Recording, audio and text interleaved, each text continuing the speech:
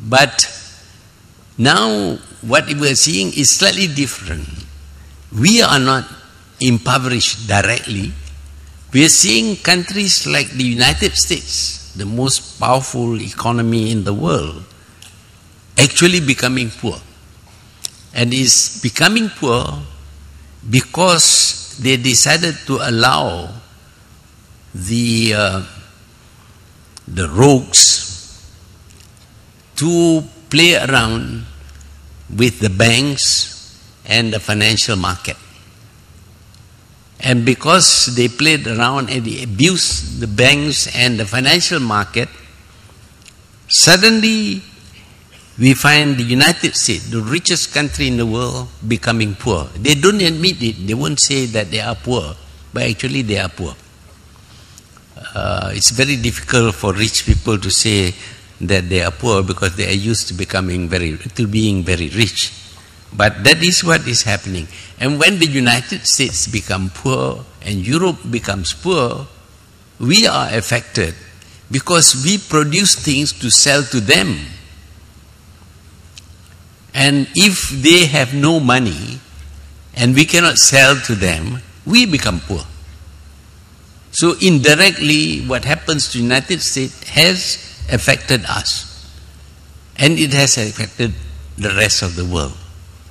The only people who are not affected, I think, are those people who are quite isolated, traded with no one, and they are not involved in the manipulation of the financial system.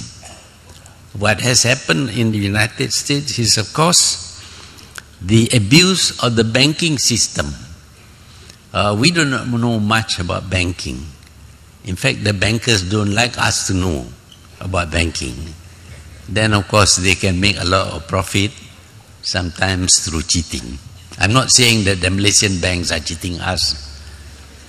I'm not saying that.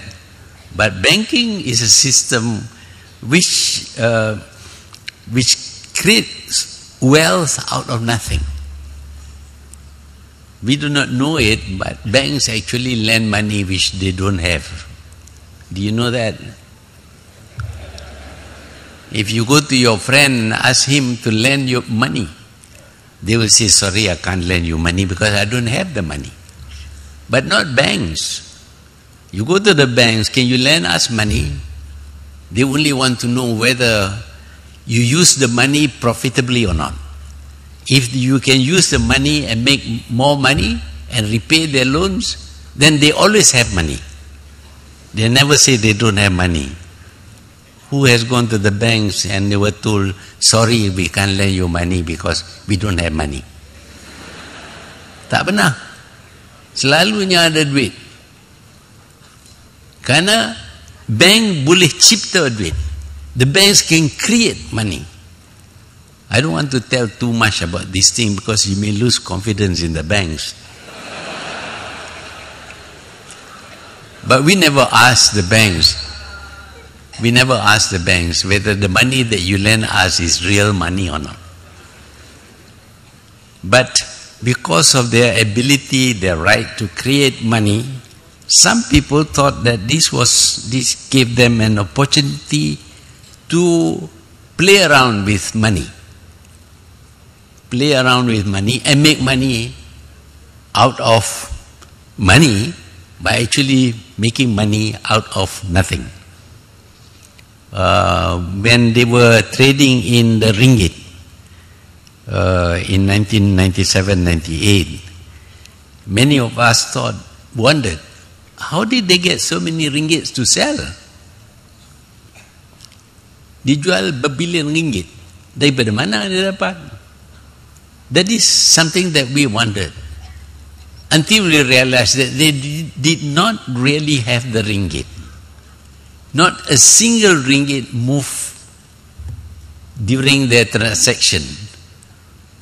Even if they sell the ringgit doesn't move. This I learned through, as mentioned just now, I had to learn about these things. You want to ride a horse, you have to learn how to balance yourself. You want to run a country, you have to know something about money. If you don't, you cannot run the country. What I realized was that when they sell ringgit A to B, the only thing that happened is that the entries in the books of the banks, the account books of the banks, changes in terms of ownership of A to B. If A sells 1 billion ringgit to B, the only thing that happened is that now B, in the books of the bank, B has 1 billion ringgit. But did any money cross?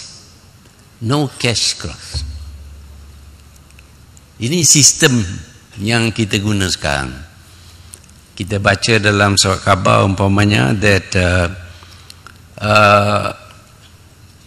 kerajaan Amerika Syarikat telah bail out.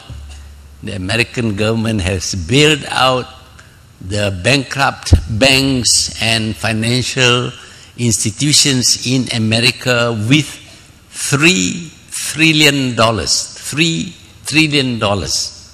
Ataupun 3,000 billion dollars. Apakah kerajaan Amerika simpan duit 3,000 billion dollars ni di bawah tilam? Were they keeping this money? You ask yourself, were they keeping this money? You know what 3 trillion means? 3,000 billion ataupun 3 million. Tak ada tempat nak simpan. Dalam bilik ini pun tak cukup. Kalau betul-betul lah ada duit. Tak ada duit. Tak ada duit. It's impossible for the government of America yang bankrupt. Kerana government of America actually depend upon the money that they borrowed. They don't have money. They borrow money, they run their country on borrowed money, they have double deficit. So they cannot be kept keeping this $3 trillion. And yet they were able suddenly to come up with $3 trillion.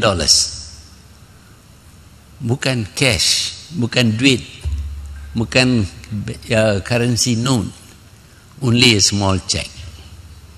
You know, kita boleh tulis check untuk 1 million ringgit. Duit lah tu.